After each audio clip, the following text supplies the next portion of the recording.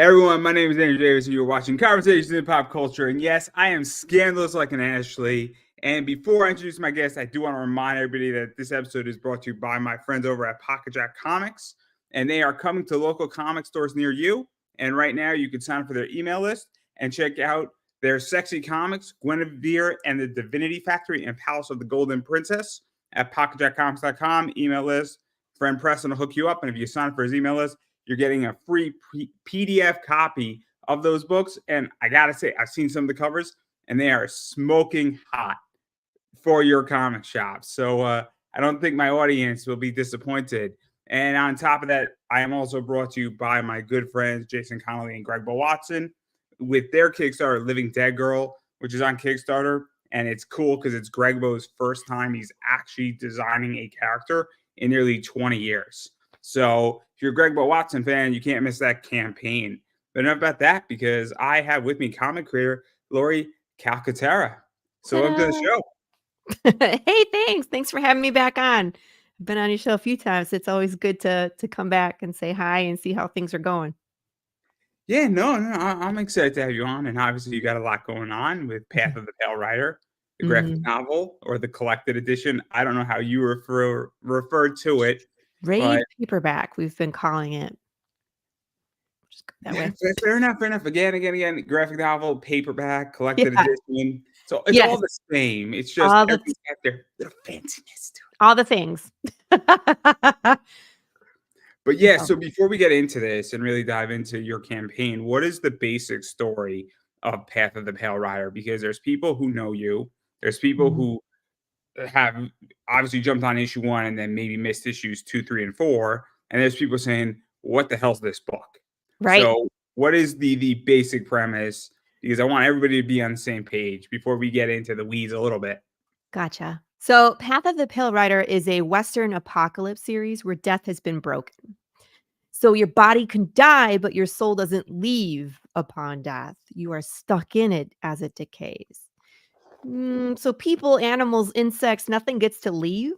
And people become chaotic, forgetful, violent as their brain rots in their skull.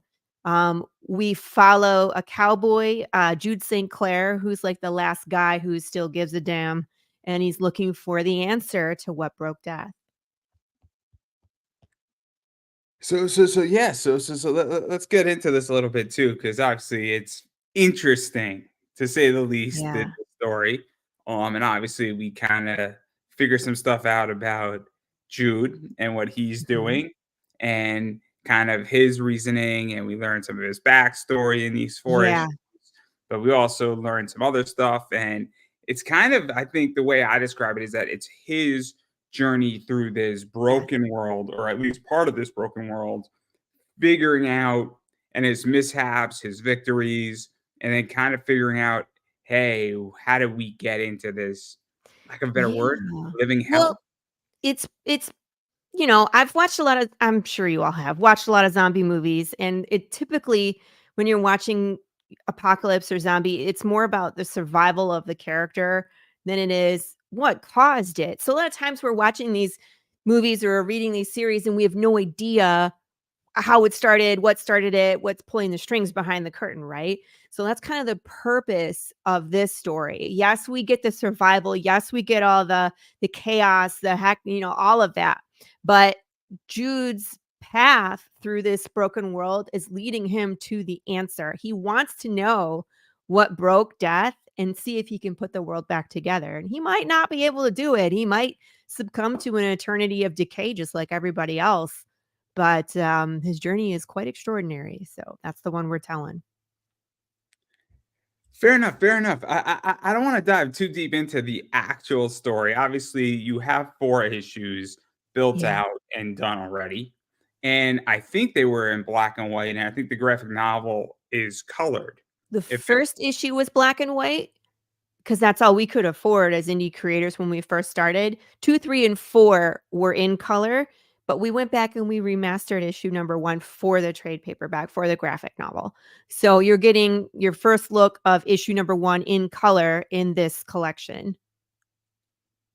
So what was that like? Because it's interesting, right? Obviously, Tom Hutchinson, and obviously he just redid Penny for Your Soul. Mhm. And I don't know if you read the original Penny for Your Soul, but the remastered version, and it's not a knock at Tom, because Tom said it himself, where it needed a lot of work to remaster it.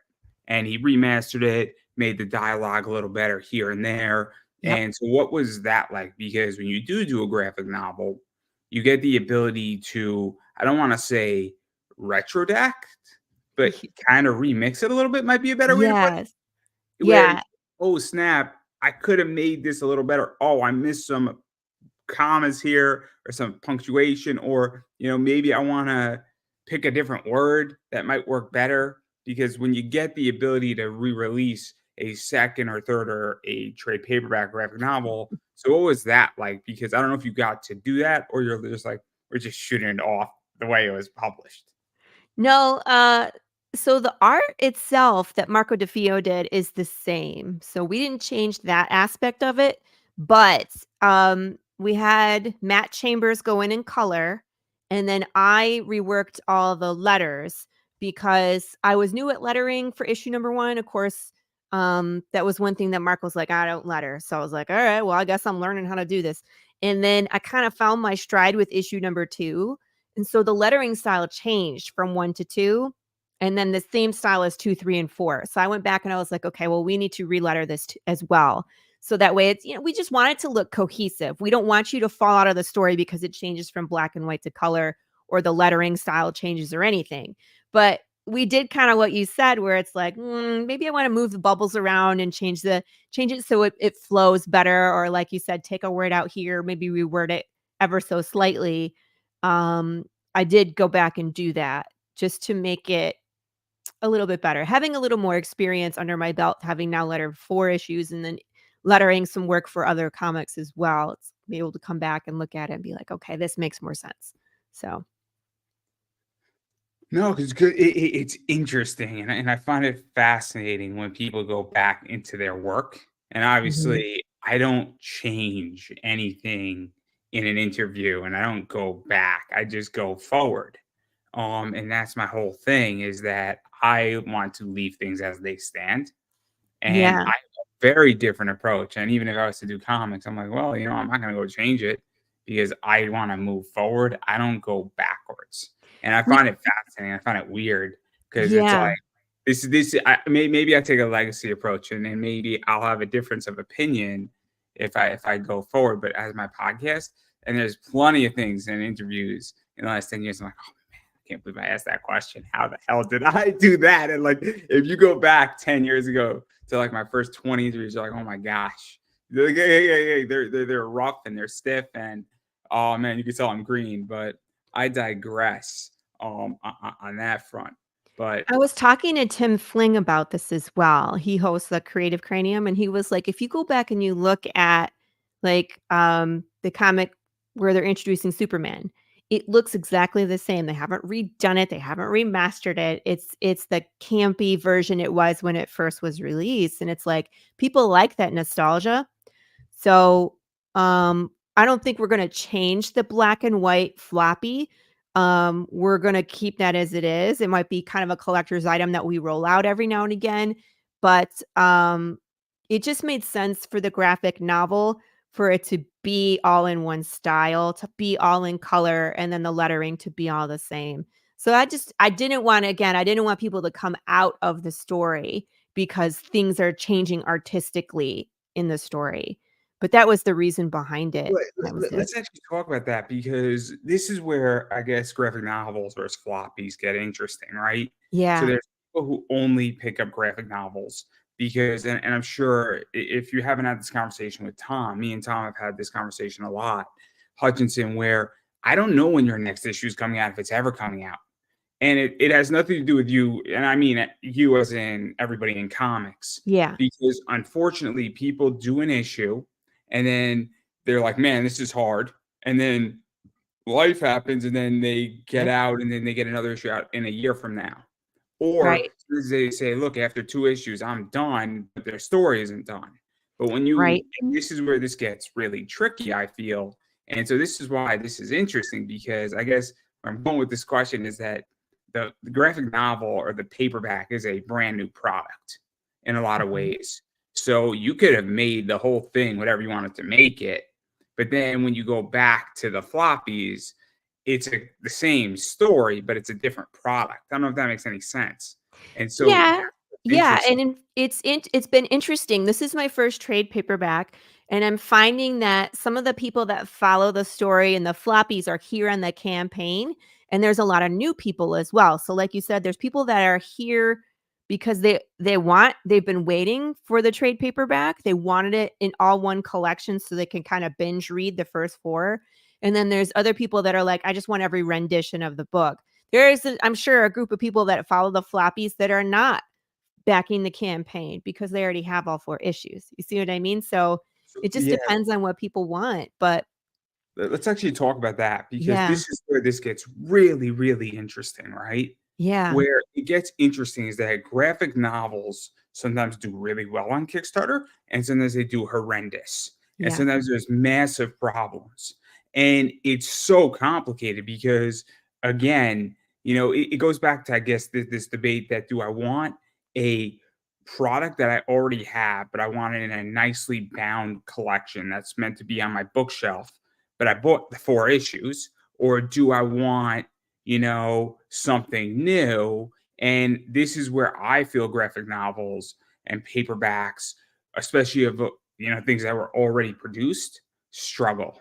And I don't know how you feel about it from what you've seen or even your campaign itself at the moment. I know you're only like 3 days in, so Yeah, it's you pretty know, early. We're I'm not expecting an 2 answer. days Is in. the point. We're I'm 2 not days in. expecting a definitive answer, but like me and Travis Gibb have had this conversation, and a bunch of other people, and I've seen it. And I'm just curious what you feel because to me, that seems a really complicated situation when you're trying to do a graphic novel. And then on top of that, what makes it even more complicated is that a lot of graphic novels, from what I hear, don't do well necessarily on Kickstarter, but they do great at commons. And so it Mhm. creates a whole catch 22 where I can't produce 200 copies of my graphic novel without Kickstarter, but I'm barely going to make it across the finishing line on my campaign, or I'll do 4 grand when I really need 6 for my graphic novel. And then this creates a whole conundrum, I feel. And this is just what I've seen and heard. I Mhm. can be off base. And if I am, feel free, everybody, to tell me that I'm off base. But I'm just curious how you feel about that because you're in it. I think you're spot on. I've seen them do, like you said, both ways. I've seen graphic novels do more than their floppies, and I've seen graphic novels do less than their floppies equivalent. I don't know what the answer to that is. I don't know if it's the bonus material, if it's a collector's thing, if it's the timing of it. I've seen I've seen people roll, like, the last issue into the graphic novel, so that way, like, in order to get that last chapter, you'd have to get the graphic novel because they're not gonna produce it in a floppy. I've seen that too. I guess it just depends on the audience and what they're looking for. Um I wanted to do it this way, because the art's already done, so our goal is a lot less. So our goal is mainly just to print stuff, and we already smashed our frickin' funding goal. We hit that 2 hours in, 2 hours and 15 minutes. So at this point, it's just all bonus money. It's like how many issues can we print in it, to fulfill, and then inventory, and that's it. Let's Um let's get into that too, because this is where this gets really interesting about business is that obviously your art's done, but printing a graphic Mhm. novel is very different than printing a comic book. Very It's expensive. more expensive from my understanding. You're printing many more pages at once. It's also a different printing process. I could be wrong about that, but I think a graphic novel is printed differently than a comic is. Yeah, But because 'cause they're glue bound, and they're instead of, like, the saddle stitch staple, those are just printed flat, they fold them. But I'm not sure the process for the glue bound, but it is slightly different. It's different and then size. also hardcover books, and I don't think you're doing a Right. hardcover. I'm doing a I soft thought cover, so but also hardcovers are very different as well, and yeah. it's a whole different, beast collectively when you're doing a hardcover book, for Mhm. a lot of reasons. But what is this like, I guess? Because obviously printing this stuff is different. It hits a different audience. But then you Mhm. said something where now the question becomes that how many can you print? And Mhm. because if you print 100, you're going to get a different price than if you print 200, if you print 500, or if you dare go crazy and say, I'm going to print 1,000 because I never want to print this book again, you know. Because, but I mean, you laugh, but you get where I'm Yeah, going but with it's true. The question is how much can you afford? Because obviously, with the Kickstarter, and then do I wanna invest any of my own money into inventory, because that happens, and then do you have the space to put them, because where are you gonna put them? If you get 1,000 books, they show up on a pallet, they're gonna take over your living room. Is that what you wanna do until you sell them? And then how many cons do you need to go to? Where do you make your money back on these? You see what I mean? So, there is a lot of, pre-planning and budgeting, but really, where we're just at is we're just gonna kickstarter this thing. We've already hit our goal. We'll see how far it will go, and then I can make some financial decisions based off of the numbers when we end up. So, because this is the whole dilemma, right? Is mhm, that I like buying books and I like buying wholesale. And I always want to win because I'm now entering this space. I'm tiptoeing in slowly. I'm slowly going in. I'm yeah. like 6 inches into the water, guys. I'm 6 inches in. If somebody said, Andrew, if you buy 100, you're going to get price A, and if you buy 200, you're going to get price B, or we'll use better numbers. 25, it's $4 a book. Right. 50, it's 375, and then at 100, it's $3. I'm Mhm, now in a very complicated position because how much do I believe in the product? And all of a sudden, if my profit margin is $10 and it cost me four, mhm. then I get it down by $1. Yep. That's a whole dollar more of profit. But when you're dealing with much larger numbers, that's where it gets tricky. And it's also the idea that what happens, what's going to happen tomorrow with printing too. And that's the other thing Right. too Right. is that Because printing. that just happened. Last December, everybody raised their prices because they thought the price of paper was gonna go up, and it didn't, but they still raised all their prices. So, it's just welcome to indie comics, right? That's exactly everything you just said is like the business side to indie comics is like your inventory, your printing cost, your merchandising, how do you budget, all of that. Ratios is a big one. Mhm. Ratios. How many cons, where do you make your money back? Also, even beyond cons. I mean, where are you selling beyond cons? Because I think, Mhm. yeah, I mean, this is my take, and me and other people have a very different opinion. And I'm watching a lot of Dragon's Den, and guy who did On Chain, Steven, I can't think of his last name. He's like a TikTok guy, and he's a big social media guy. And I don't know if cons are even the answer anymore. That I think a lot of people rely on conventions to sell their books after the Mm, Kickstarter. I'm not too sure that's the answer because I think cons are really expensive. I think that they cost a lot more than people realize. And because I think people forget that your table's 300 bucks, you got to stay in a hotel, you got to pay mhm. for your food, you got to pay for gas, and you're working 20 hours and you got to pay for the merchandise that comes in Yep. that you're selling, and that has a base cost. I mean, you're not making a lot at a con. You're really not. Versus if you understand social media and utilize that effectively, I think that's actually the frontier that most indie creators miss. I do. I think you need to have a balance. There's a few different arms. Cons are one of them, and I think, me, where I'm at, I try to do more local cons, so I don't have to pay a hotel. I usually bring my own food, so I cut that cost as well because con food is expensive. But, so I'm driving, so I still have to pay for mileage. I track my mileage for my business, but, I do okay at cons. I usually sell quite a bit. I also table at, local comic book stores. So that one, you don't have a table fee. You might pay a percentage to the store for tabling there for the day. So whatever you earn, you pay them like 10% or whatever. Um, so there's that, but at least that audience is specifically yours. And I find that a ton of people are excited to support indie when you're like, "Hey, I'm a local author. This is my comic book," and then you get to pitch it to them. And if they're into any of the things that Path of the Pale Rider kind of checks the box, they're usually in. So I mean, like, there's that, and of course, social media. I have a website that I sell from that's starting to pick up. I haven't opened a TikTok shop yet. One of my friends, Thomas Hull, has one and he swears by it. So I'm gonna look into that. But yeah, there's just a plethora of avenues that you should be on, and you'll pick up more.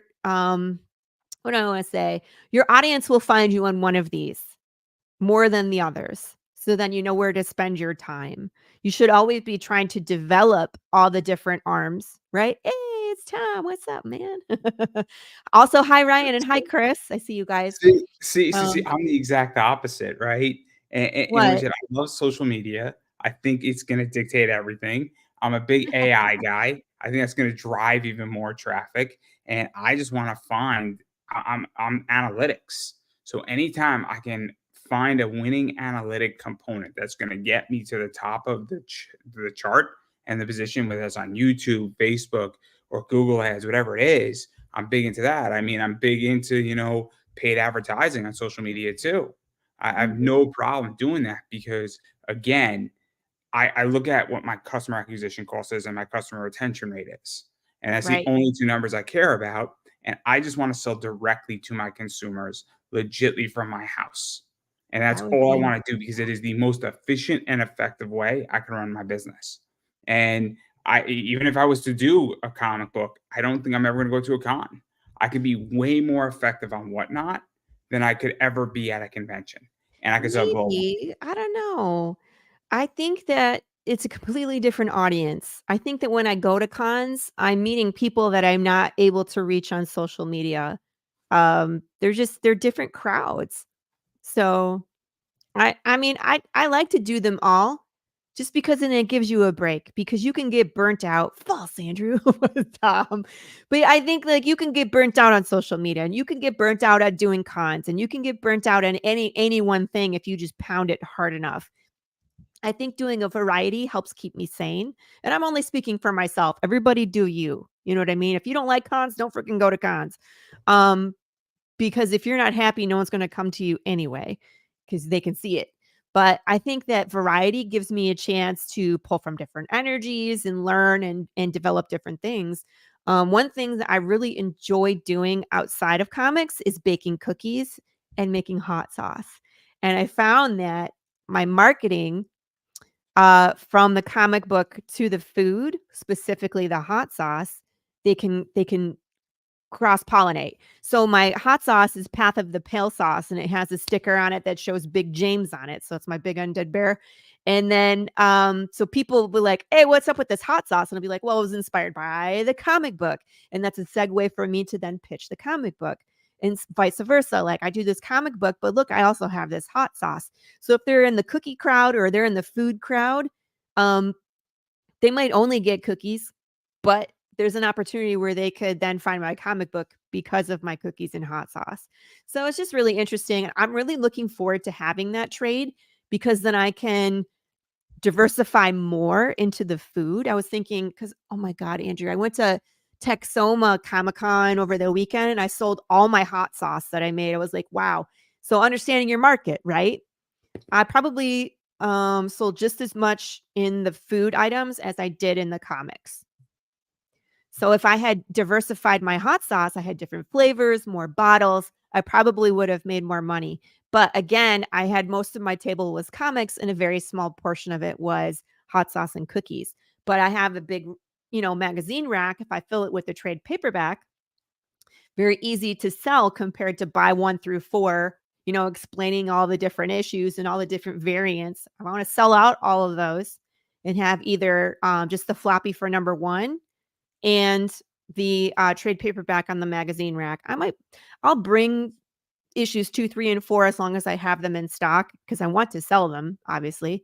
So, But so once they're sold out, I might not be reprinting them for a long time just because why? You can get the trade paperback for $25 So and let's get the actually whole talk about thing. this because this is where business also gets interesting is that where you want to direct your consumers to. So I think it obviously, depends on the crowd. Where am I so, gonna be? Am I at a comic book store? More comic books.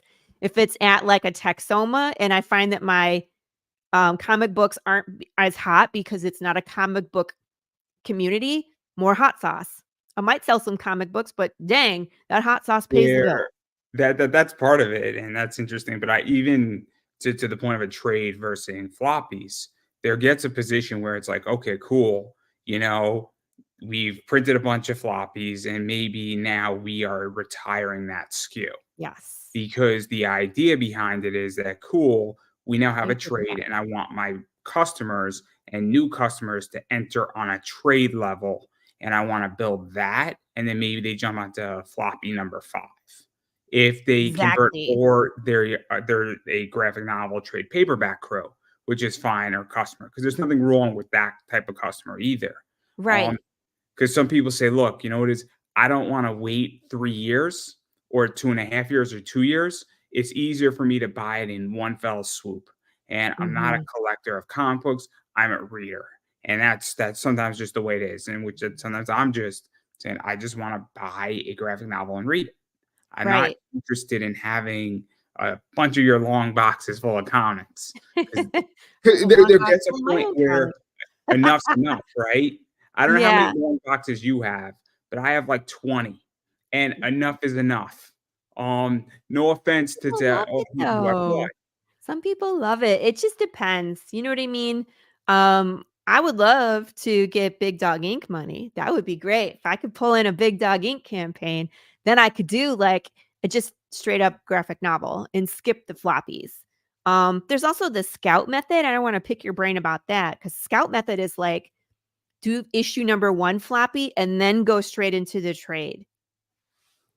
What do you I think don't about know about that? that though. I don't know much about that actually. That this is so are we talking Scout Comics? Scout Comics, yeah, typically I they'll have their creator produce, like, a floppy issue 1 that's 24, 28 pages, and then after that, they don't do individual issues, they go into a graphic novel however long it is. this is interesting because I don't know anything about this. So this is news to me where That's my I understanding of it. I thought, could be wrong, I apologize if I'm no, no, no, misquoting no, no, anything, no. but Because again, what I know about Scout is that somebody will do it on Kickstarter. They sign a deal, from my understanding, that they can't, if it doesn't work out with Scout, they can't do it for 3 to 5 years. well, that's And in the bring it contract, yeah, I'm that sure. but they might do a bunch of single issues, but then they get into Diamond, into comic stores. So Scout handles a lot of the retail side of this, and then somebody can get an exclusive of that book through Scout. And so now you can go and print an exclusive for said book. And but Mhm.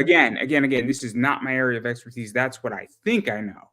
And that's what I've That's what heard I and think I what I've know read on too. their website. So again, though, that's news to me. I mean, that could very well be the case. So you and me both are shooting in the It blind here. could be just one of their imprints, and don't quote me, guys, but from my experience, I interviewed it was a Davy Lee, and, he was doing Benino, and, he was like, "Yeah, that's the method that they typically do." So I'm just taking it from his I'm not with Scout, so I can't speak from experience, but he I did don't issue 1, and then they're going into the trade.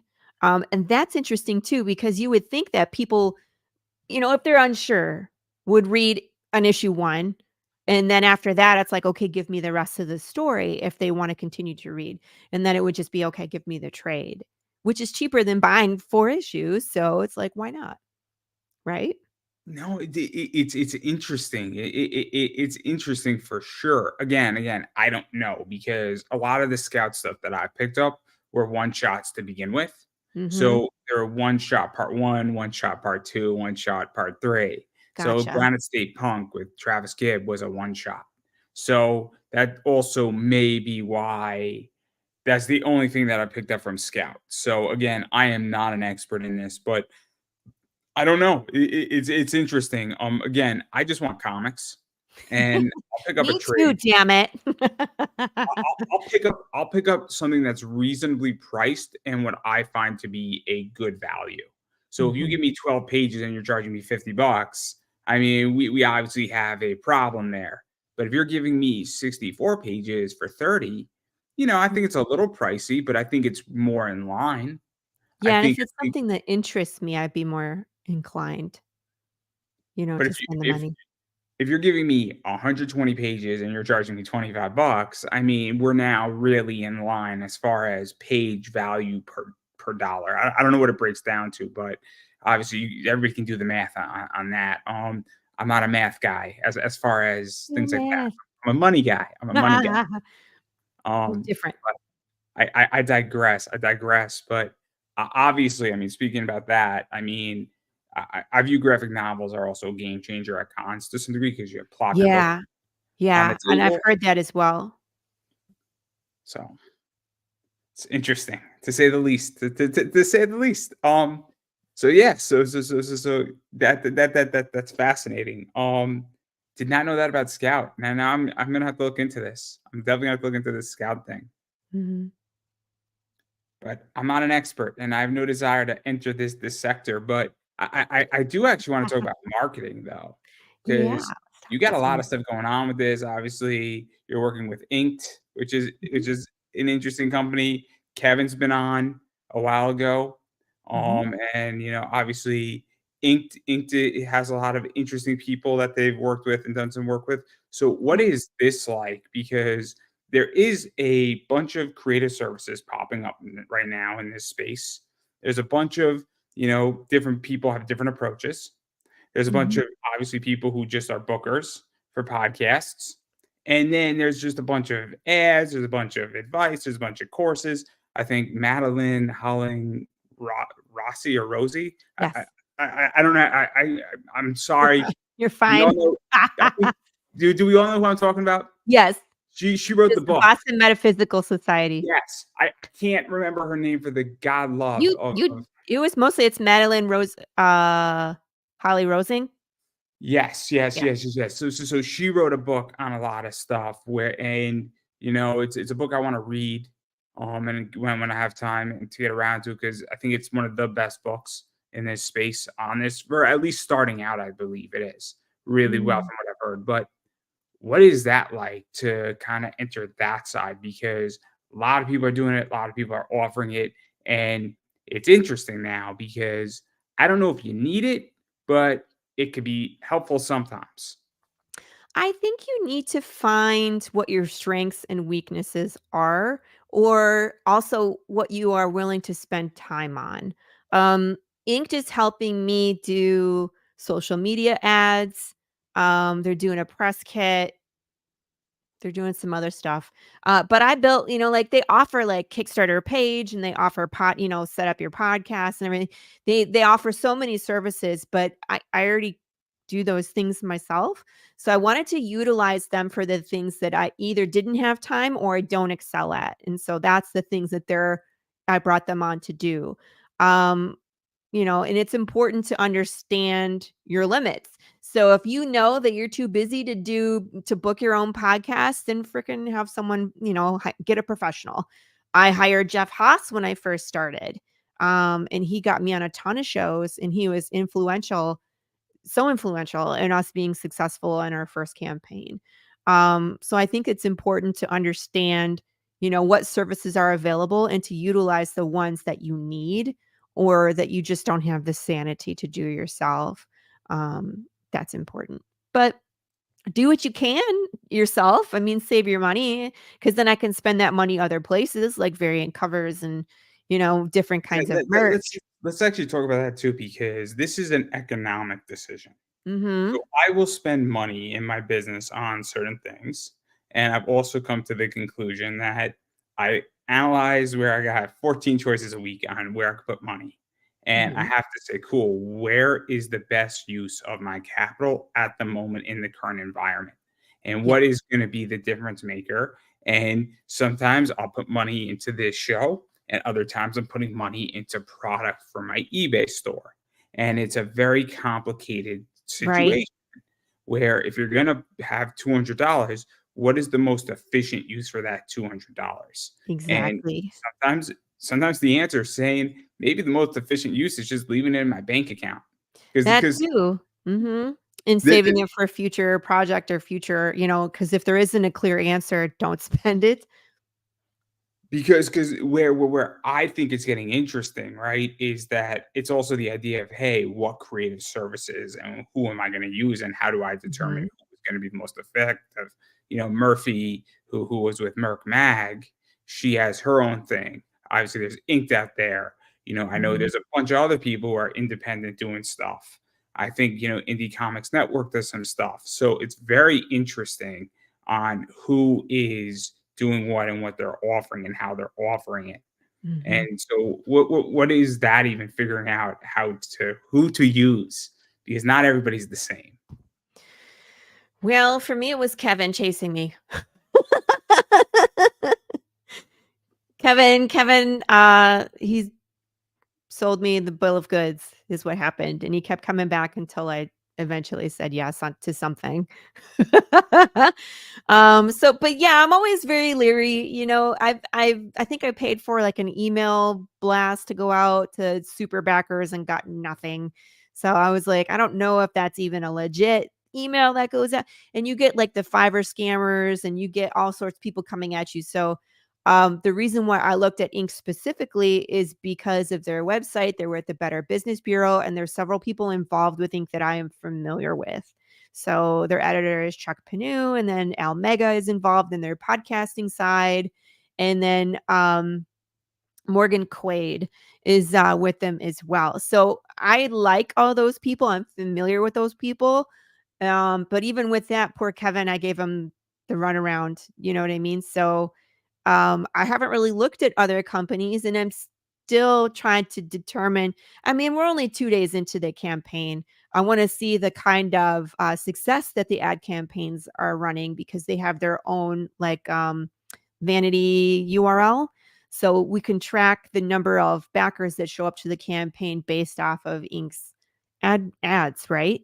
So again, You it want to just figure depends. out your CAC, which is your customer acquisition cost based on those ads, as Yeah, well as, and hopefully they're running these, because if they're not, that would be really, really bad, is understanding who is a backer that you've already dealt with that needs to be marketed to as well. Any good marketer should know both those numbers and mhm, should be able to provide you both those numbers in the middle of your campaign or at the end of it.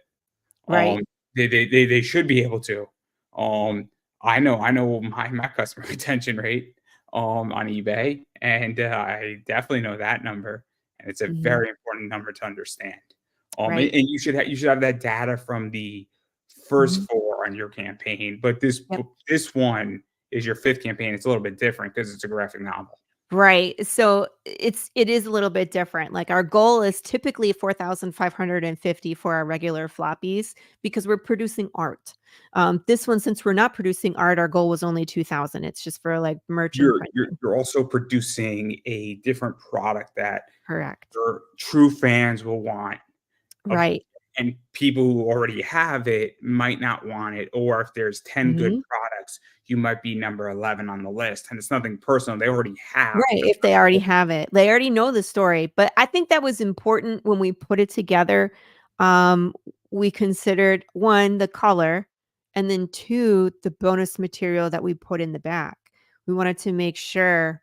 Yeah, Laurie's fans want pillows just like Carissa's fans want pillows. Yeah, this is true. It's Carissa's fault. I blame Carissa. But you give them what they want, right? So to a again, degree. putting in the bonus material, I was trying to make it more appealing to people that, even though you have the full story, you don't have a map of the apocalypse. You haven't seen some of the journal entries from Jude St. Clair that are in the back of this book. Plus, we included all the variants and then portions of the script. The portions of the script are really kind of cool because in the last issue, in issue number 4, something happens in like the very last scene that's um it's complicated, and so I think reading the script kinda explains a little more about this character and what their intention is. Um, Because when you read it, it's ambiguous. So reading the script will actually fill you in what happens in that part of the story. So, I mean, we got some good bonus material. It's 148 pages as opposed to 80 some odd pages, you know what I mean? Because if you just put there are 24, I think they're 24 and the last one's 28. You know what I mean? If you just put it together, I don't know, 90 some pages, but it's 148 pages. We bulked it up. So I'm trying to make it appealing. Well, We do have I get haven't into that. even put it on the Let's get campaign into yet. that Go a ahead, little bit Andrew. about bonus. Let's get into some bonus stuff here Mhm. because obviously you do need new content Of in course. any graphic novel.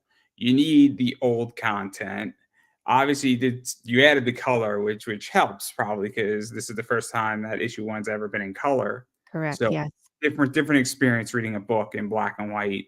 I'll Yeah. recommend one of my favorite books is Scott Snyder's Court of the Owls. So you can Mm. read that in full color, or you could read it in black and white with no words. Oh, And cool. it's an awesome book in black and white because you're understanding.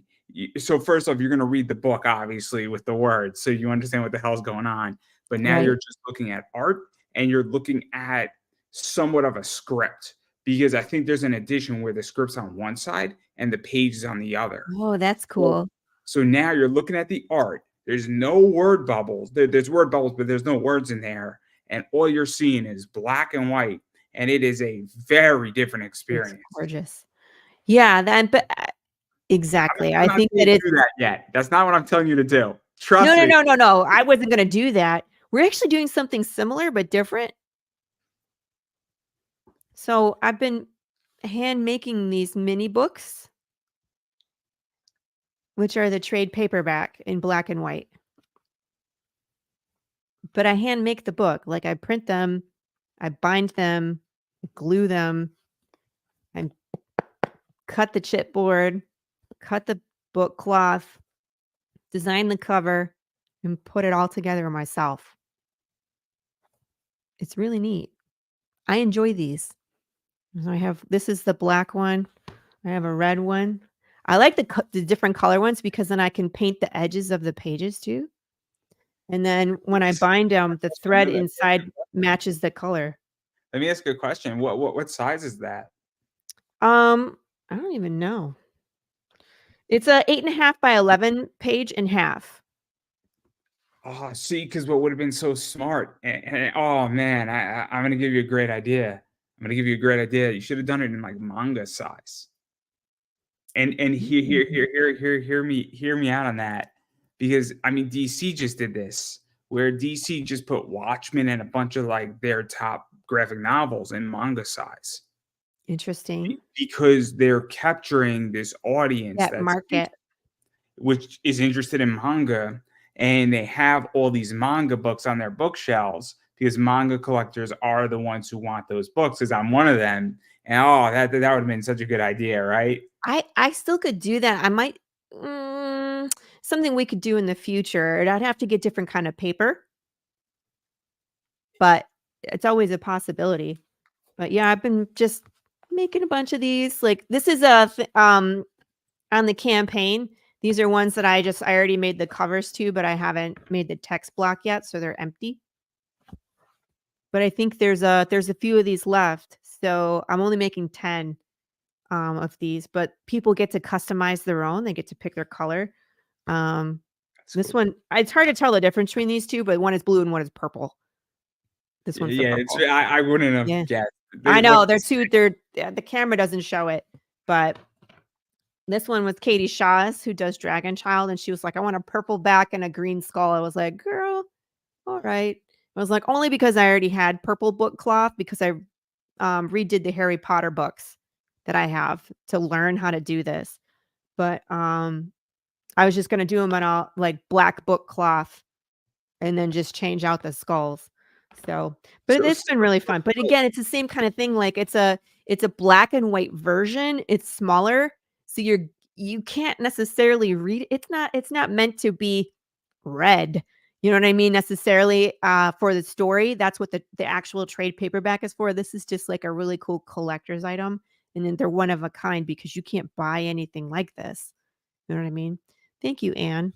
Handmade isn't yeah, and you know that it's like a passion of mine. I'm paying, so I could bind my own books, so I love them. You will too, right? And I decided I was gonna write like a cool nice little personalized message to everybody in their book too, so fun stuff. Things I do for fun. So good. I wanna shift out of that. Those are cool though. Thanks. I do think it is interesting to say the least. I mean, it's cool because it's obviously a collector's item, and Mhm. we're going now, and I'm curious how you feel about Kickstarter, where I don't feel Kickstarters anymore are retail. They're meant to be a collector's item. When you buy a comic on Kickstarter, it's meant to be limited. It's meant to be harder to find. It's meant to be, an item that you're going to pay more for than you would in a comic shop. Yeah. I Yeah. wouldn't pay like with some of your variants, if they're $20, I wouldn't want to pay $20 in a comic shop. In which that if you went to No. the market, I would want to pay 4 or 5 for your book. But I also would want the cover A at that price when, and hopefully you'd be printing in a much larger batch that would make economically sense. But also be pissed off if Big James, that cover, I think I got number 3, was there was like 10,000 of them out there. I'd be kind of pissed. Right.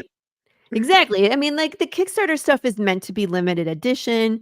I might print a few extra over than what is fulfilled, but once they sell out, I usually don't, print them again. I think I have one of the variants left from issue number 2, and I have variants left from issue number 3. Of course, issue number 4, variants because that one's just coming out. But I don't have any variants of issue number 1, and people like, "Can you reprint?" I'm like, "No. No, those are done. They had their time, they had their place, and they're all done now." But if you really like that variant, you could go back our trade paperback, and there's a copy of it in there. I also will produce, like, 11 by 17s and 8, some poster size. So if you guys really like the image, you can get that. But I'm not reprinting the the issues themselves I, anymore. I think it's an issue where I'm not a fan of companies that really reprint variants and just Yeah. have it on demand to make orders. Where I'm like, doesn't that defeat the purpose of the variant? Yeah. Because every time you print so if you printed 50 and then you print another 50, it now there's 100 in play. Mhm. But if you print only 50 and then you print 10,000 of your cover A, it changes the ratio of Exactly. that variant. And I think the ratio goes up. I don't think it goes down. So just to give a quick analysis, if for let's say your variants were 1 to 5, so for every 5 cover Right. A's, there's one of those. If all of a sudden you only printed 100 of cover B, but then you go back and you print another 10,000 of cover A, it's not a 1 to 5 anymore. It could be more like a 1 to 10 or a 1 to 15, which is better for the customer. It makes the book more rare. As Right. more cover A's get into the market that you constantly print. So I think it's a problem because I know companies that constantly just print their variants, and I'm like, great, I'm glad I got one that you ordered for me, but it doesn't really help me in value that you can print this on demand anytime you want to. Doesn't help at all. Nope. I mean, it I, helps them. They're making yeah, money. but it's like printing money. It loses its value. That yes, yes, yes, yes. That is true. That is very true. That's an amazing analogy. It took me a minute to get it. It took You me a can minute use to get that. it. Go ahead and take it. It's good. Go for Oh, it took me a minute to get that, but I it. I do want to circle back to what we were talking about before you were showing me those cool things and obviously bonus materials because Mhm. you do need something new. I feel in a graphic novel. Mhm. And having a variant gallery is helpful, having script elements there, but also understanding what you want per se in there and what you want to put in there also matters because I personally don't care about a script, but I do Right. like variant galleries a lot. I Right. really, really enjoy variant galleries because, and I'm a Zenoscope guy, and some of Zenoscope's, books are like 100, 200, $300 covers. And I'm like, I can't afford a Right. $300 cover, but I would like to see it. And in Right. the back of the graphic novel, it's there. So it's very cool for me when I can at least see a properly printed piece of Yes. art in a graphic novel that I might not be able to afford. And I'm not the only And one. it's like, even if you can afford one, you can't afford multiple. You know what I mean? Like, I always have the tier that has all the covers, but there's usually like 1 or 2 people in there, and that's it. Everybody else is, maybe they'll add on an additional cover, but when you have a bunch of different, like, my issue 3 We had that William Russell cover with the Undeath by Snoo Snoo. We had the Big James cover that you got, the yellow and red and black. It was gorgeous. We had David Sanchez cover and an Angelo Aquino cover. They were all super strong. It was a really hard decision to make.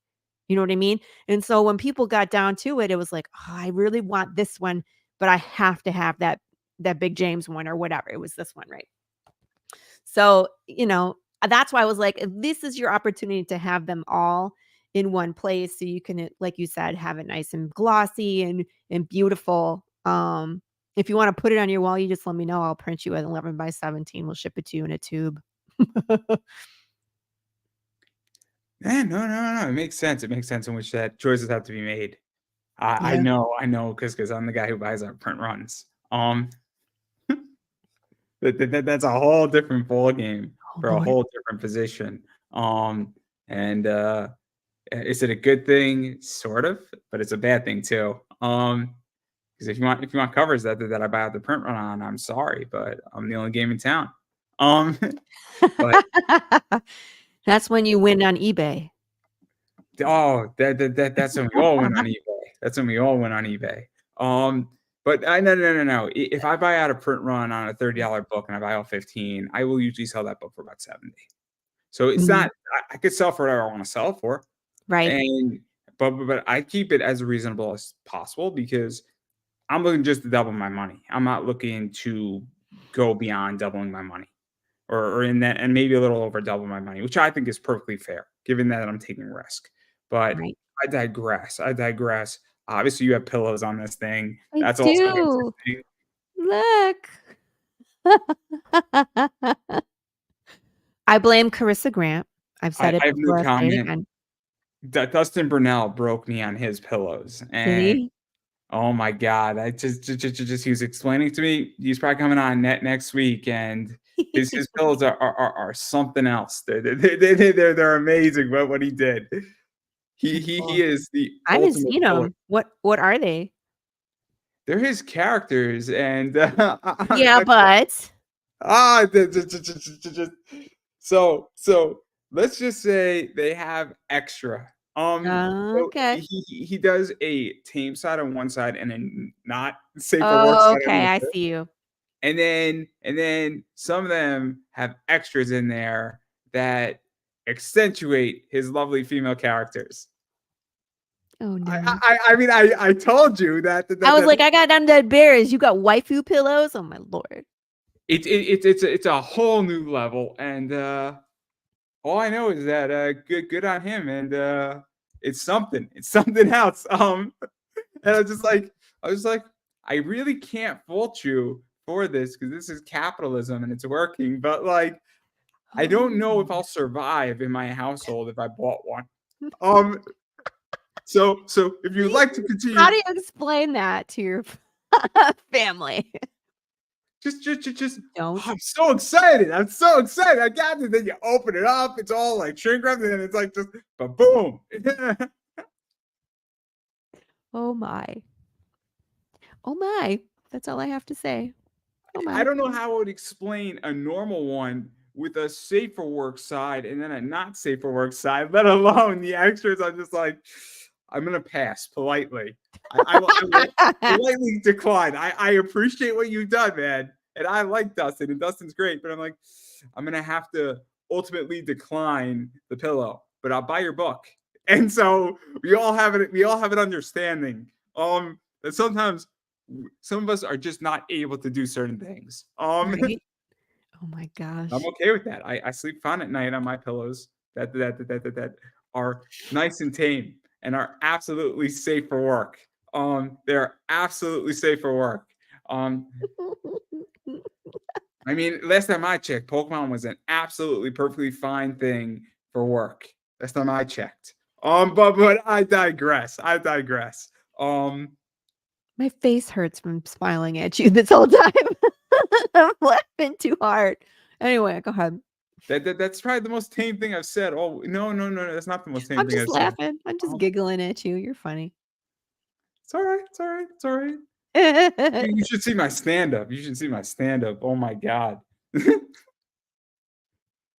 You haven't seen me on a podcast in a very No. long time. No, I haven't. My Friday nights are a lot of fun. Me drunk talking about wrestling is amazing. With Oh, with I'm somebody who out. looks like my grandfather. I don't watch wrestling. Yeah, I you wouldn't don't know watch anything you were wrestling? talking about. No, I don't watch wrestling. Oh, it's amazing. Everybody's a wrestling fan right now. Everybody except for me, sadly. It's all right. It's all right. I don't have time to watch new things. That's the problem, Andrew. See, I force myself to. I I don't force have myself time. to. I have Oh, kids. I make time. I I have mean, children. I have a 9 to 5 job. I have this. I have an eBay business, and I'm You'd never recovering from It's the what? children. You'll see someday. It's the children. Oh my god! When I have kids, Whenever I'm not doing this, it's taking care of the children. I can't wait to have I kids. I It's was on Carissa's show on Mondays, right? And they're all talking about, like, watching movies and, like, they're all on this kick about watching shark movies and, like, Tom and Chad Perkins and Carissa, and they're all talking about movies, movies, movies, and I'm like, "Y'all have time to watch movies?" And they're all like, "None of us have kids." And I was like, "One of these but things that's the is thing, not like right? the other." That's the thing is that what I figured out is that there's a reason why I took this show down from doing 4 a week down to 3, because in that fourth spot, that's when I watch 3 or 4 hours of anime, where I made a determination that okay, I can't do everything. So and then when I have kids, I'm gonna take the show down from 3 to 2. Yeah. That's what's gonna happen so that I could still get in me watching a pay-per-view once a month on a Saturday of wrestling. Or I could watch, my anime. Or what I'll do is I'll wake up at 6 in the morning and I'll spend 2 hours watching anime on my Saturday, or before work, I'll watch an episode of anime. And then I legitly leave my house while I'm eating my Pop Tarts in the morning. And I watch an episode of anime. So like I have this thing down to a science. I mean, Mm. when I lived in DC, I would come home and before I would do an interview, I would legitimately cook my dinner and I would watch something. I'd watch like Law and Order from the night before. And then I would cook my dinner watching Law and Order. So I get that in. And then I would continue watching it while eating my dinner. And then I would get back to doing this show or whatever else I was doing. So again, I make time for things. But again, the reason why I have time now is because I'm doing less work. It's kids. No, you're not streamlining the No, process. I'm d You got to streamline the process. It's the same thing with the Streamline the eBay kids? stuff. I'll streamline the kids. I'll do that. You I'll you tell got to them teach them to be self-sufficient. That's the problem you're here. too little for that. You can never start too young. See, you just don't like my draconian methods because it's going to require upfront work, and then when you start seeing progress, it's going to expedite and become exponential, and then you're gonna be like, this actually worked. And what? Someday, Andrew, you will find out, is all I have to say. And And then, then and then, you'll and be then like, you "God could write a damn it, book on it. Laurie. I don't have time for movies anymore. You told me. You told me the day would come." I'm gonna have watch this. I'm gonna have kids. I'm gonna be watching more movies than ever before. No, you won't be. You'll be half asleep on the couch. Trust me. I don't sleep anyway. I'm lucky Yeah, if I but get they'll keep 6 you up hours a all night. night. What'd you say? They'll keep you up all night. You just wait. Oh man, Anyway, let's talk that's more the about problem. comics and less about children. I don't go to bed till like 1 in the morning. I wake up at like 7. I'm not sleeping as I is, That's 6 and hours. That's pretty good. 6 hours is terrible. It's just terrible. That's what I get. I get about 6 hours. Well, And I look great, don't I, Andrew? I could lie. No, you just nod and agree. That's what you're supposed to do. Mhm. Yes, I'll just Laurie. nod and agree while I cross my fingers. Mhm. Yes, Laurie. But see, the only reason why I'm still safe here is because there is a computer and probably 1,500 miles between us. Yep. Otherwise, I'll be reaching through. Smack. Oh boy, so You're many good. things I could say. So many things I could say. I'm just gonna Really smile nice. and be an adult. All jokes aside, I do want to back out of all this, and I do want to Perfect. Let's talk. go back and talk about comics. Yeah, let's actually talk about comics because I'm curious how you feel about this. Um, is obviously I feel Kickstarter has obviously evolved in the last 2 years. Mhm. Maybe might be a good way to put it. Yeah. Being generous, maybe 3. And I feel we are in a very weird time in society for a lot of reasons. I think people don't realize that the war in Ukraine affects supply chains. I don't think people realize what's going on in the Middle East and places like Yemen also affects supply chains. I think that we are in a presidential election cycle. I think inflation has come down, but parts of it have not left and might never leave. And I also think that a lot of the free money that was dropped in 2020 and 2021 and money was There. borrowed very cheaply, like 0% interest, is now being massively tightened up and it's going the other way. And I think that puts a very Kickstarter in a very weird position because I think people have to be more selective. And I think people Mhm. also are making more choices. I also think there are more choices beyond comics now, and so I'm curious how you feel where Kickstarter is at because I don't know if it's healthy. I don't know if this environment is so healthy. And so I'm curious what you think because obviously my behavior has changed in this sector as a backer. Um, I have seen no, I've been kickstarting for 2 years. So again, I haven't been around for like 10 years to give you the before and after. I'm just kind of in the trenches, right? But based off of that, I've seen a lot of projects. I think that Kickstarter can be oversaturated at times, and that's why it's so important to stand out. You want to make sure that you have a quality product, but you also need something else. And that's kind of where Path excels. We haven't had an issue with funding. We've always met and exceeded our goal because of all the extra stuff that we put in. So we always do the comic, as you know, but we run riddles and we run fan interactive short films. So you get all these extras included. There isn't anything, there's no price increase, there's no stretch goal to hit the riddle. It's just always like there's a riddle on the back cover and what is Laurie's brain going to take us to this time.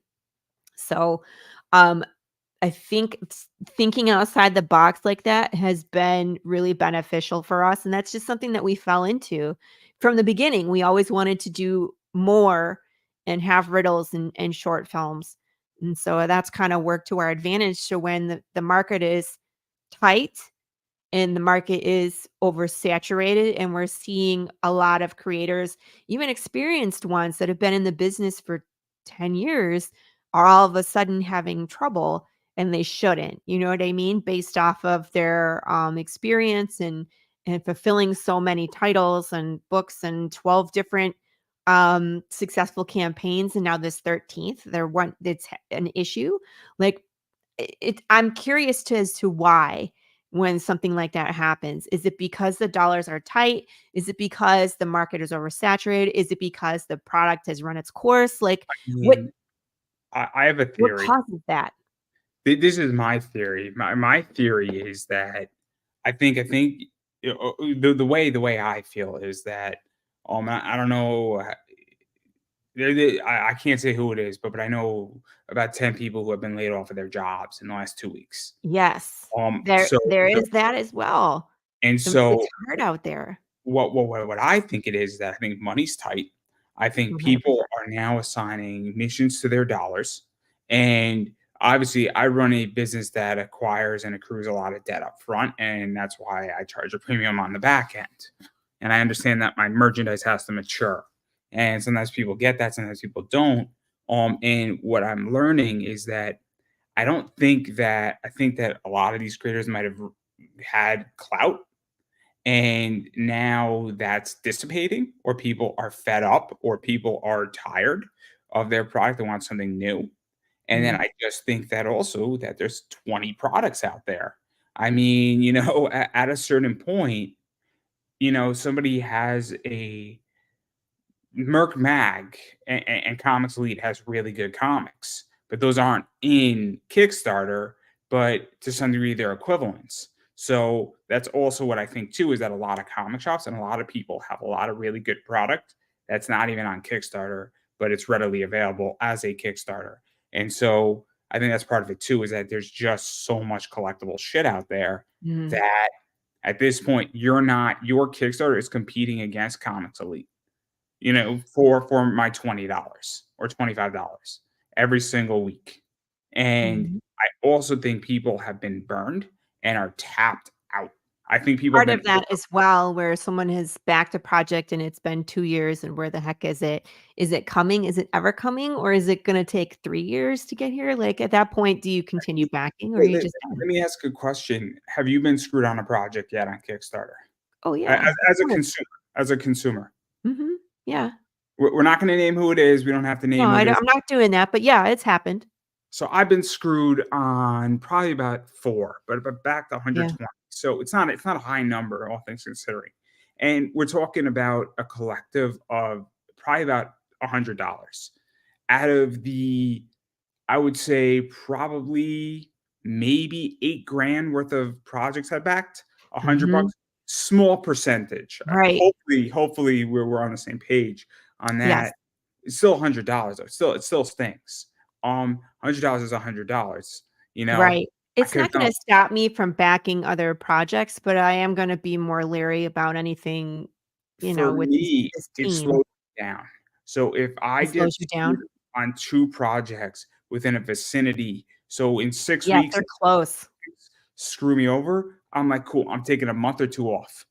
Okay, Mhm. it doesn't mean I'm done. It just means that I'm gonna halt the brakes and I say, you know what? I'm gonna just stop for 2 months and then I'll come back in. But what happens is that, let's say I'm back in 8 projects in those 2 months, that's 8 people who did not get my money because Mhm. I decided to say, Mhm. I gotta slow Yeah, down take a because if break. I stop, I'm slowing down the screw or the bleeding.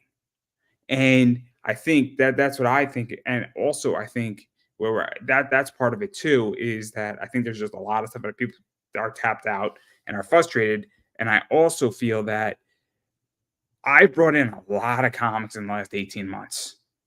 I am exhausted from the Mhm. amount of merch that I brought in. Andrew's So tired. and I'm a little bit of a different case, but if you've been backing and you the number you back is 150 Kickstarters a year, there might Yeah. get a point where you say, "I am exhausted from backing campaigns, Mm. and I Yeah. wanna slow down to doing 60." And Burnout is a thing. that's just a consumer. It's not even somebody who was running a business or anything like that. So I Right. said, "Look, I just backed 150 of these things. I'm tired of backing project after project after project, and I don't have time to read this shit." And I think that's also it too, is that when there was time to do this, people backed this stuff, and I think the thing is flowing the other way now. I mean, that's what I think. But again, I can see it. I could see that too. I think it's a again, combination of all the things together. I think projects will continue to be successful. I think that we as creators have to be um, more creative. Got to think outside the box and gotta just keep your stuff new, keep your stuff desirable. There's only so many bookmarks people want. There's only so many buttons people want. You know what I mean? That's why we're doing hot sauce. We're doing the glass tumbler from the glass. I mean, from the issue 1. We have pillow plushies and handmade books and you know what I mean? Like I try to do things that are different. I usually have like secret rewards that are handmade and you can watch the shenanigan videos right on the Kickstarter. You can go see all the different videos. You can see me smash pumpkins. My stretch goals are not only just PDF bundles, but temporary tattoos and 3D printed keychains that I make myself. You know what I mean? Like we try to keep things new and different, and that sets us apart from the typical merch and the typical project. So that's hard to do to constantly be cutting edge, kind of, and thinking outside the box. I poll the audience. I always poll the fans to see if there's something they specifically want. like the pillow plushies. They were all fighting over those. That was amazing. But after that, it's like, okay, what are you looking for? And I'll see if I can get it on the campaign if it makes sense, because give them what they want. It's interesting. So I like to try to give, because I've had, obviously my fans and my audience ask me to interview certain people, and I try, and people Yeah. say, but I also say, look, I'm gonna go find the people you want me to interview. We're gonna make it big, and in a year from now, you're all gonna be like, I get where he's going. And that's the Mhm. thing too, that also is very tricky, is that how do I get ahead? So obviously I've Yeah. had Nixon Noel on, who is Tegan Knox in WWE. And I had her on my show way before she was coming to WWE. I was supposed to have Priscilla Kelly, who's Gigi Don, on. And then, legitly, 2 weeks before I was supposed to have her on, and she rescheduled with me, she got her WWE contract. So I was Wow, good for pissed. I her. was pissed. Because I didn't get to interview her. I know that sucks, but good for her that she got her No, contract. great for her. Great for her. She responded back to my email too. I said, "Oh no, I get it. No worries. I know that you just signed your contract. If if in 10 years from now you get released, I want to be the first." Yeah. And she didn't respond She's back like, to me, "Exclusive." but but the idea is that if that interview is meant to happen, it'll happen somewhere down the road. Mhm. Um, but my point that I'm making is that you gotta find also what people want next, and that's a whole different ballgame, Yeah. and that's Yeah. hard. That's hard. Trying to predict the wants of your crowd is difficult. And And this is sometimes it's like throwing stuff at the wall and see what sticks. this is where AI comes in. No, Stop with your AI. I'm a big AI. I'm a big AI guy. I really, really like it. It's. I'm also a big crypto guy, and I was right about that too. Apparently, I was right about that. Everybody, 61,000 is where Bitcoin is sitting today. Oh And my gosh. I told everybody to buy it at 12. Nobody listened to me. And the only mistake I made is I should have put all of my capital that was free into it. And oh my God, I'd be so freaking wealthy. I'd be Hindsight is always 2020. Oh my God, I should have put money on Solana too. Oh my God, when Solana was like $11, it's like 115. But Mm. I did catch Immutable X at the right time, so that's all right. Mutable X is a gaming token. Oh, okay. I was like, I haven't heard of that one. Immutable X is the one of the basic building blocks for crypto gaming, which Okay. is its own thing. We don't have to get into that. If anyone wants to talk about cryptocurrencies with me, I'll stay up all night to talk about cryptocurrencies. Yes. As I don't want to talk about crypto. as much as Tom likes to defend Star Wars, I will defend my cryptocurrencies. Exclusively, I will stay until like 6 in the morning with anybody who wants to talk about it. And Good I've Lord. had heated Go to debates on sleep, this topic. Andrew. What? I said, go to sleep, Andrew. Oh my You're like, God! I'll stay up till 6 a.m. No, go to sleep, dude. Don't stay up till 6 But, a.m. but, but I digress. I digress. But obviously, you run a show, and so I want to talk a Mhm. little bit about that. And I'm curious your opinion on where pop culture is going, because it's cool to be nerdy now. It is. Well, I think there's a lot less taboo about it. Um, who was on my show? It was Barney Smith, and we were talking about how the image of the dad has evolved. So like in the 50s, how the dad was kind of like the stoic, non-emotional, would go to work, come home, eat dinner, sit in the chair and smoke or whatever. You know what I mean? Like he wasn't silly, he wasn't cracking jokes. You know what I mean? He was just the stoic Honey, leader could of you the get a drink, family.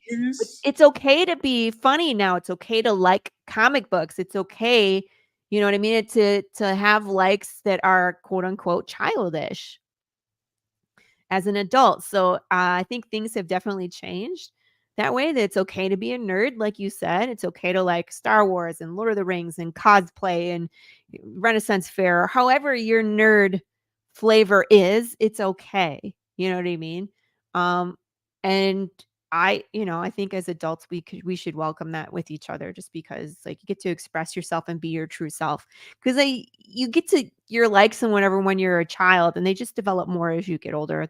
They can change, but most of the time you just become more of yourself. Oh, that's so interesting. That's so interesting. My mom sent me a text message the other day and she was like, "Lori, you have always liked zombies." I was 6 years old and I drew a picture of a zombie with its eyeball hanging out. It's 6. And so she took a picture of it. She found it, the picture, and so she sent it to me and she was like, "You've always been this way."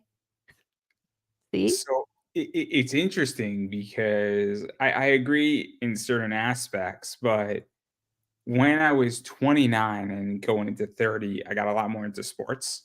Mhm. Wasn't really a big sports fan growing up, but I'm a big football fan and I'm a big baseball fan now. I And think so you can still discover things. Like, I was never into like, I haven't done bookbinding before. I've never done anything like this, but I discovered it now in my 40s, and I so really like it, you know what I mean? But my I point is that I realized that I found a new love that was not in my childhood, but I'm a super Mhm. fan. I'm a super big. I mean, I discovered wrestling when I was in high school, and that was cool too. Professional wrestling is amazing. Now, it would be weird if you totally disliked wrestling as you grew up, but you still like wrestling, right? It's something that you found I as a young person and it developed over time, but now it's like now you have the dollars to invest in that, you know what I mean? so Time-wise, go to shows, buy merchandise, So I don't like consume it. it. I don't like it as much anymore, but I think also it's because it's not my preference as much. So like I'll watch a Mm, WWE pay-per-view, I'll watch an AEW pay-per-view, and I'll watch some of the indies. But like if I'm watching in a given month like 10 hours of wrestling, that's a lot. yeah. Versus when I was in high school, I was watching like 25 a week. So, but I don't know if that's because it's just time constraints or if that Well, I'm you watching have a a little bit job of. now. You have commitments, relationships. Yeah. So I don't Things know. I don't know. change. Yeah, I was just curious your opinion because pop culture has become very interesting. Where it used to be that Seinfeld was like the thing, and now it's the whole big plethora. Where it used to be the Thursday night lineup was that your parents would get you to sleep, right? And they would Yeah. pray that they would get you to bed by like 7:30. They give you your dessert. They're like, Okay, just it's go time to for bed. bed. Right, so you could sit down and watch all the shows in a row, and, like, I remember that, we would get pizza on that night, and we would just sit and watch, like, one show and then flip to the other channel and watch the next show, and, it's so different now because of streaming, like, there isn't really, like, TV shows that we tune in at a certain time because you don't have to, so that's different, but I think pop culture, it's always gonna evolve. And I do like the fact that adults can nerd out and it's accepted. It's not just a kid thing. It's perfectly acceptable. And there's so many different fandoms and there's so many different ways you can nerd out that you can find your people, you know? Cuz especially with comic books, like being a female writer in horror, there's like me and like Laurie Cunningham over at ASAP and Carissa Grant. And that's it. You know what I mean? Like, it's pretty much it in horror writers in indie that I know of. Um, but we found each other online. You know what I mean? Like, I go to the neighborhood picnic and people can't relate to what I do. They usually look at me like I'm strange because I am strange. But my point is like you can find your people if you go online. You can find them, the people that have the same likes and the same nerd flavor as you.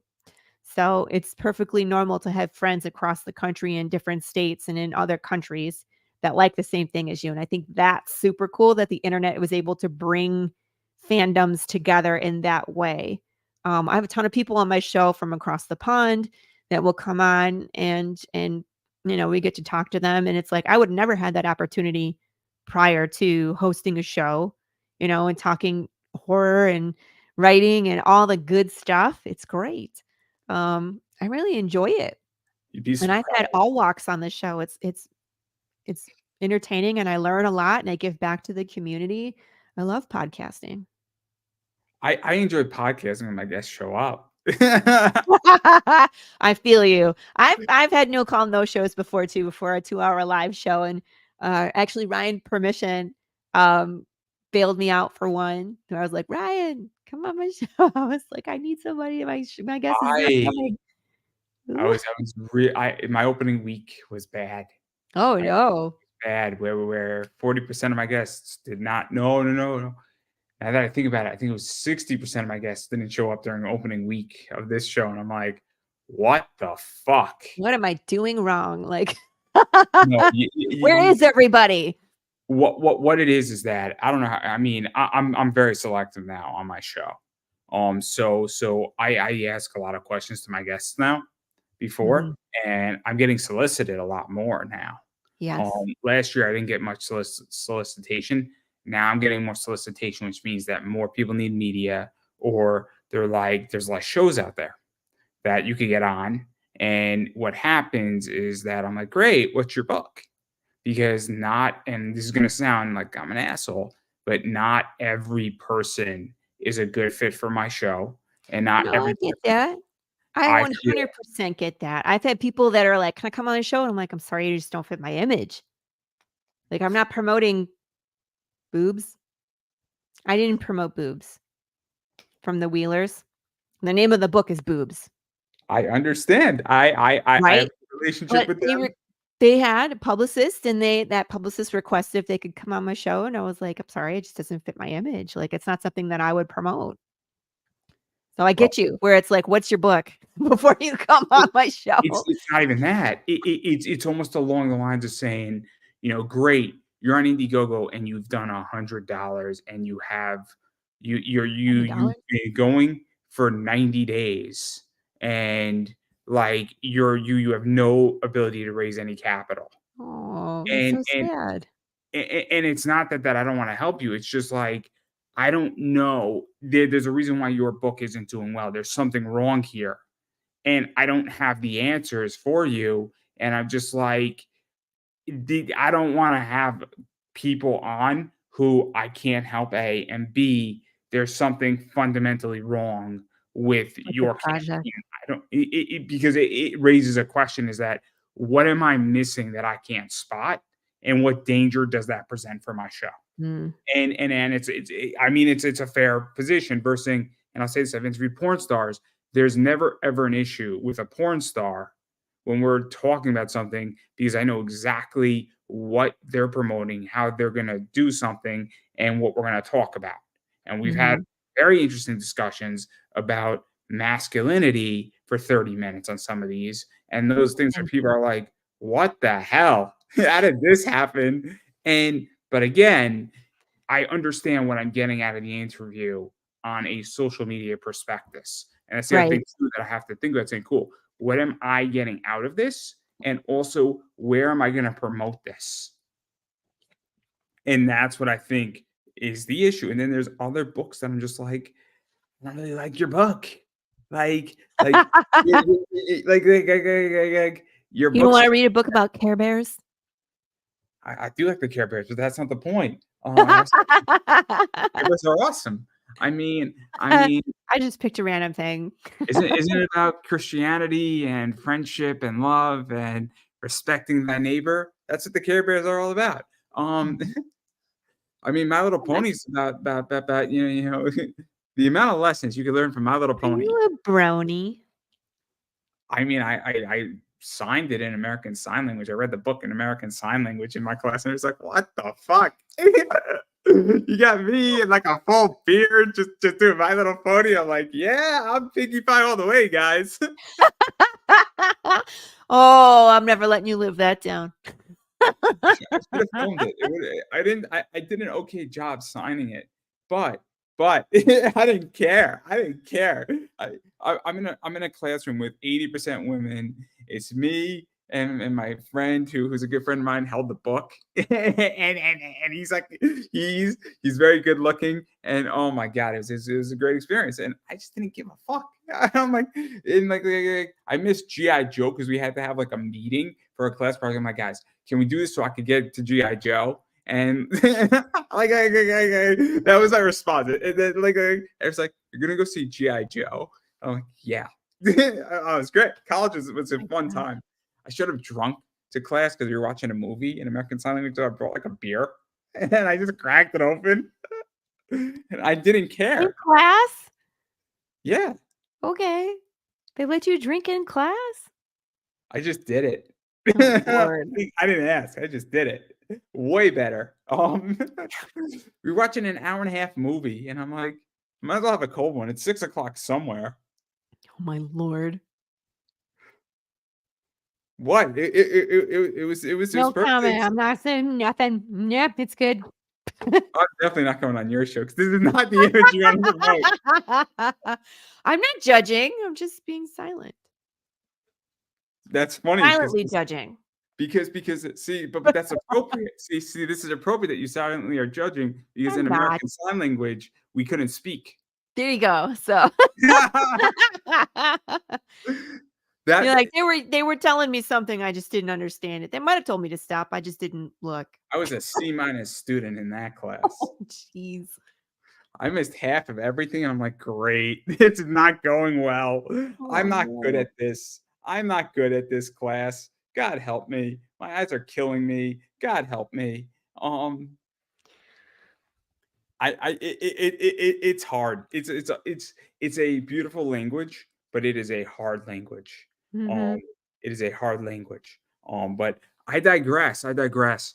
Um, but I completely get it. I completely get it. In which I like the Wheelers, but you got to protect your image. I get that. I don't have anything against the Wheelers, and I don't have anything against those type of books. I think there's an audience for them and everything. It's just not something that I would personally promote.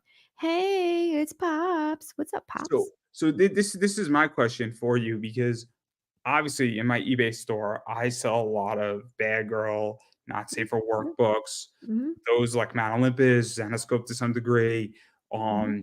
Zombie Eats Flesh, Bad Donut, Stupid Little Monkey, that company, and it's bad girl art. I'm not a big topless guy. I kind of Mhm. like women with their clothes on that are in sexy poses. I actually think it's some things are better left to the imagination. Is a good way to put Right. I'm it. like, naked bodies aren't always Never I mind. I'll just I'll leave it I'll at be that. honest, I'll be honest. Full frontal and, like, full nude, it kind of freaks me out in comics. It's off-putting. I don't really want to see All the a bits completely naked woman or a completely naked guy on the cover of a on the book, like, cover.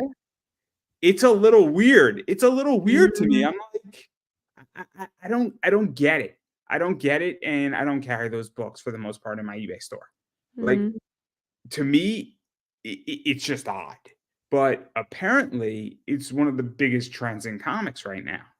And I mean, look, I get there's money to be made, and I'm making decent money off of these books.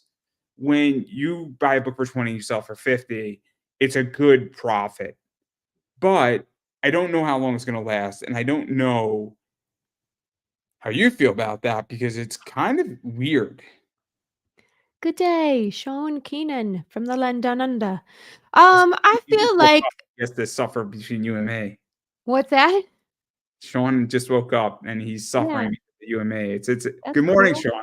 Thanks for joining us. Good morning. Remember, you can pour beer into your cereal, but you can't pour cereal into your Yes. beer. Don't listen to this man. No, don't put beer in cereal. Uh-uh. That's not a way you start your morning. I think that certain covers have their place. Like I have a not suitable for work cover for Path of the Pale Rider. So there's partial nudity, and I think that you, Sean, what is wrong with you guys? Sean, Beer you're and always cereal? welcome on my show after that statement. You're always welcome on my show. You're funny. Anywho, I think they have their time and the place, and I think that there's a market for them. I don't know if I would go full nudity. Now that I have one cover, I think that's all I really need. I mean, like, I don't. I'm trying to think if I have any nudity in my comic book. I think I do later, but it's story related. You know what I mean? Like, it has to do with I who don't drink beers at. of shows, So I don't have a problem with nudity in a comic. I have right? a problem with Full full frontal nudity nudity on the cover. on the cover. Yeah. Like, I don't get that. I It think is my it's point because to me, I think what's going out. shoes. What Sean. I don't know where we are with Sean. He's Uh, talking about drinking beer out of shoes. that's okay. You gotta swing the boot, right? If you don't turn the boot at the right angle at the right time, it'll create an air bubble and then it'll Foot splash in your fungus? face. What? I said foot fungus. I mean, I was just talking about a boot, like an I don't alcohol. wanna drink beer out of something where there could be foot fungus. Not my feet. I don't have foot fungus. It's okay. If we need to take you Sorry, I I didn't mean to derail the show. Anyway, that's yeah, okay. I agree that the other thing I wanna say, Andrew, about, not suitable for work cover when there's no nudity inside the book is it could be kind of misleading. Yeah, but isn't every variant now misleading? I mean, No, do you know how many Kickstarters have misleading covers? By definition. that's I don't know if I agree with well, okay, let me just say this, people can do whatever they want with their own book. Oh, I didn't say it's illegal. Whatever. But I think that with my variants, I like to have them relate to the issue. There's so many good things inside of my story, you could just pick one, you know what I mean? Pick something, but it has to relate to the issue. So I don't really have anything that's, like, not related to the issue, you know what I mean? I don't have a problem with you know yeah, I don't know who I'm not gonna say who it is on the air, but they Yeah, have let's not. covers that they don't relate to their story, but they're beautiful covers. They're awesome art. There's nothing wrong with the art, it just doesn't relate. But then you also have things that people do that uh, Zenoscope's done this, where you have Van Helsing on a cover for Robin Hood, but you don't have Robin Hood on the cover. It's dumb. But it's fine where it's not that big of a deal, but you're buying the cover, the variant for the variant and the artist, but everybody knows the Yeah. rules. Like, they're So buying it for the variant art, like, for that specific artist, but it's still, like, in my opinion, it's still at least, again, for my own project, I like it to be that artist, like William Russell, but it's his flavor, but it still has to do with what's happening in my issue. I think my point is that we at least the way I feel about all of this is that a yeah, I agree that if your book has no Mhm. nudity and then you have a nude cover, it's a little weird. Yeah, I isn't it? doesn't fit, but there's nothing wrong with it. I'm not calling out wrongness. You gotta Right. do what you gotta do for your project. And you know what is if that's what gets you funded and makes you money, we all have to make sacrifices and we all make decisions based on that. This is There's true. nothing fundamentally wrong with that because again, it's a trade-off. But Mhm. I think it's tricky because who's to say that if you did 3 nude covers and you were doing 20,000, your opinion might change because now at 20,000, but your book costs 4, it's kind Right, of then you have hard to 16,000 to kinda keep going. now Would now you now do you it? just have a lot of money that you're not gonna have a problem where you could fund the next 2 without having to touch Kickstarter. Right. So it's tricky, but I digress. Covered a lot of stuff, Mm. but I should give you a chance to promote yourself. Oh, yeah. Not that you haven't done that already, but No, we've can you kinda go right touched ahead? on, good stuff that we do, and campaign is running right now for our trade paperback. We have a short link. I don't know if you wanna throw it up in the chat, but it's just www.pale-writer.com. I have it in the description. Mhm. I have it in the description. Oh, you do? Okay, good. There you go. Well, I'm a then there it professional. is. There it is, people. And yeah, go check it out. Like I said, we're very smart with the merch and that the trade paperback has a ton of bonus material and issue number 1 in color, which is the first time you get to see it that way. And I'll tell you what, those the end of issue 1, if you've read it and you know what happens with Jude, and Big James, it hits a lot harder because of all the red. Dun, dun, dun. Yes. Oh, and Sean, there is international shipping at this point. So it isn't through the Kickstarter, but if you know how the Kickstarter has like the whatchamacallit, on the left side, they have like the little links that'll take you to different parts of the campaign. I have one that's called A Note to Canadian and International Backers. So ASAP Imagination is printing these books, and they do print and ship international. They have a branch in the UK and they have a branch in Canada, and I'm pretty sure that you can get it from wherever. So if you're interested in a physical copy, I have a hyperlink in the story. It says the Laurie Calcaterra collection, and it takes you to ASAP's website, and you can order directly from them and have it shipped to you for a physical copy. If you just want to do the digital copy, by all means, I offer that in the Kickstarter. I think it's $15 for the trade, and it's 148 pages. So there's still lots of goodies in there. There's lots of hot sauce. I have most of the things available as add-ons. So, if you're looking for merch, I know, Sean, you're in Australia, so it's harder for you, but a lot of these things are still available. Like I have one left of these, just the mini handmade books. I put 5 by themselves, and I put 5 in the kitchen sink tier. The kitchen sink tier is just like one of everything. So it has the trade, it has the PDF, it has the hot sauce, it has the books, the pillow plushies, the whiskey glasses, the buttons, the everything. You know what I mean? I think there's 3 of those left.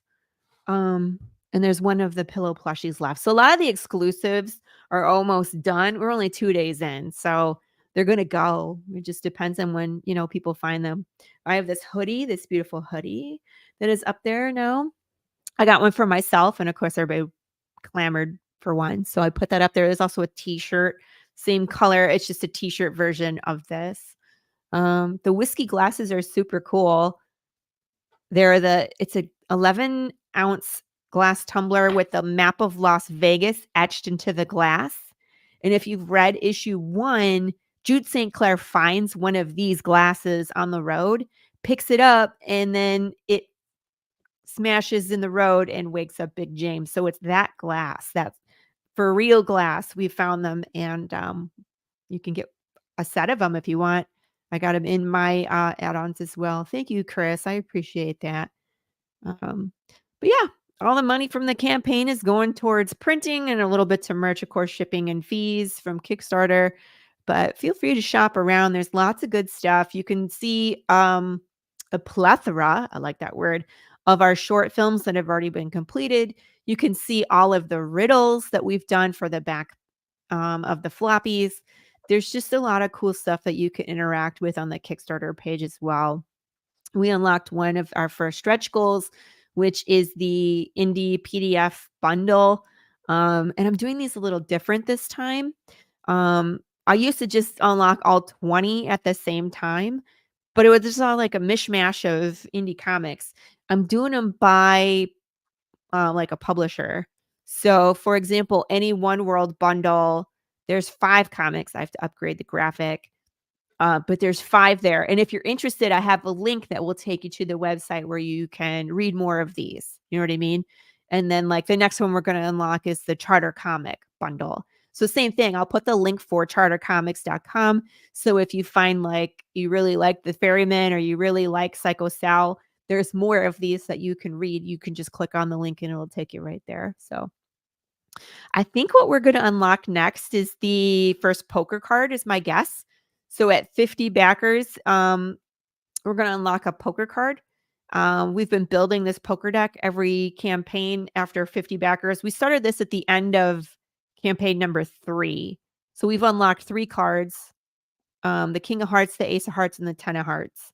The first card I'm going to release on this campaign is one of the Jokers. And it's super cool. And I can't wait to flip it over. So if y'all could come get some backing in, then we can get there a little quicker and I can reveal what's coming up next. But Every 50 backers will release another card, and we can continue building this 52 card deck. If you've missed any of the cards, they're available in the add-ons. So it's a great time to find us because the trade paperback will let you binge read the story from, when we started until now.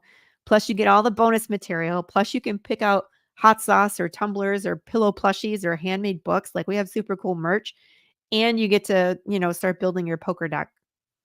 You don't get to miss any cards. So, all good stuff. I'm looking forward to some of the other stretch goals, which are 3D wood printed keychains, which I print myself. The slice and dice, where you get to name a fruit or vegetable and I smash it on my live stream. Actually, you get to pick the weapon too, Andrew. It's like I've had a Filipino short sword, and I've done a sledgehammer. I've done a sock, a soup can and a sock. Like, we destroy the heck out of these things. It's fun. Have you done a I have Nerf gun yet? what? Have you done a Nerf gun yet?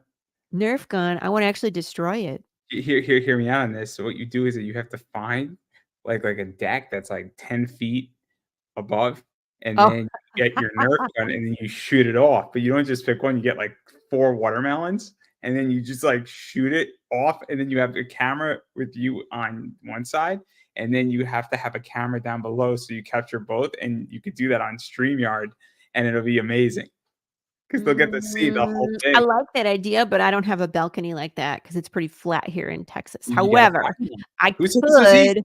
You have No, to there's a raise the deck stakes. in the community somewhere, so I'd have to like pre-film it. You know what I mean? I couldn't do it live. I'd have to film it on location and then clip it and put it into the You should live absolutely stream. do that. You should absolutely do. You Yeah, gotta raise the stakes. You that's gotta an raise the idea. stakes. We can let gravity be our weapon. You I gotta wanna do raise that. the stakes. You get like a Nerf gun, and then like you could like get like one of those like pistols, like a cowboy pistol, and then you can like Oh, I'm doing that. I can you wear can my like cowboy do hat. like a duel. Oh, it'd be great. It'd be great. It's You could like fun. be like in your cowboy hat and the shirt special. It'd be great. Challenge accepted. We'll just say I'm that. giving you good ideas tonight. I like it.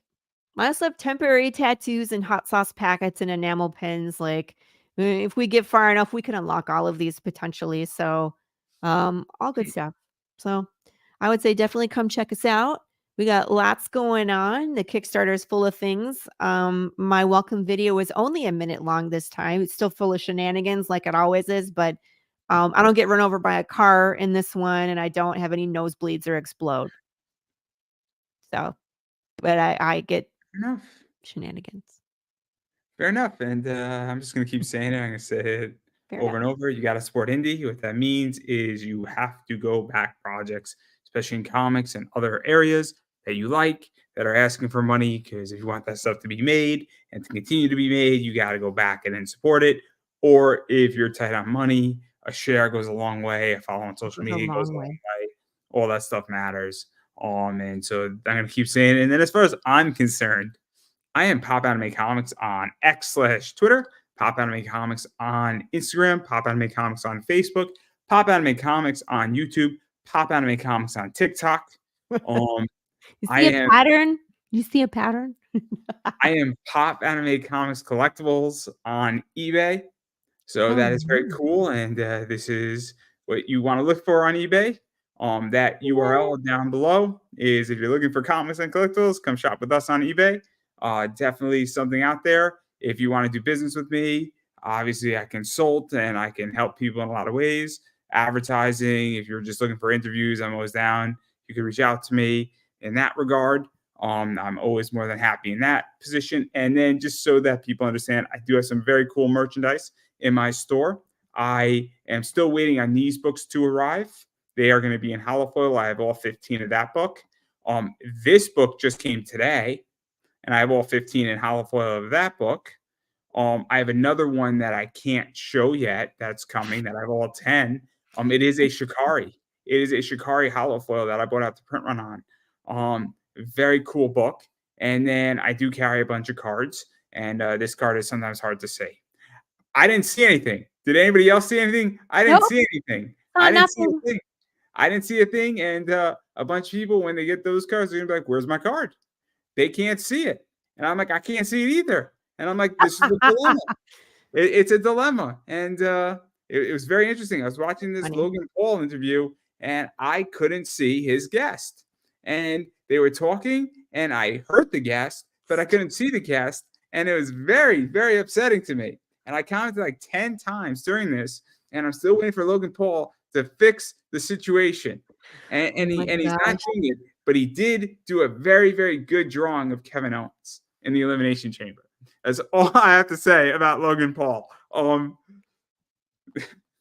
But yeah, It's so so silly. so so that's everything. My eBay store is cool. So in all seriousness, though, if you are looking for rare comic books and cool collectibles and things of that nature, my eBay store has a lot of stuff in it, and I do have a lot of books that are really really hard to find right now, particularly in the Taylor Swift sector. So I do have a lot of those books, and the things that Shikari's done, Greg Horn's done. Those books are sold out and they are very much desirable. And I do have a bunch of those. So, if you're looking for those books, I got you covered. But that's everything that I got, and I'll give you the final word. So I just wanted to say, in the apocalypse, swords don't run out of bullets.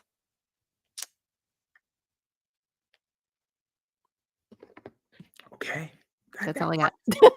That You're like, that really? works.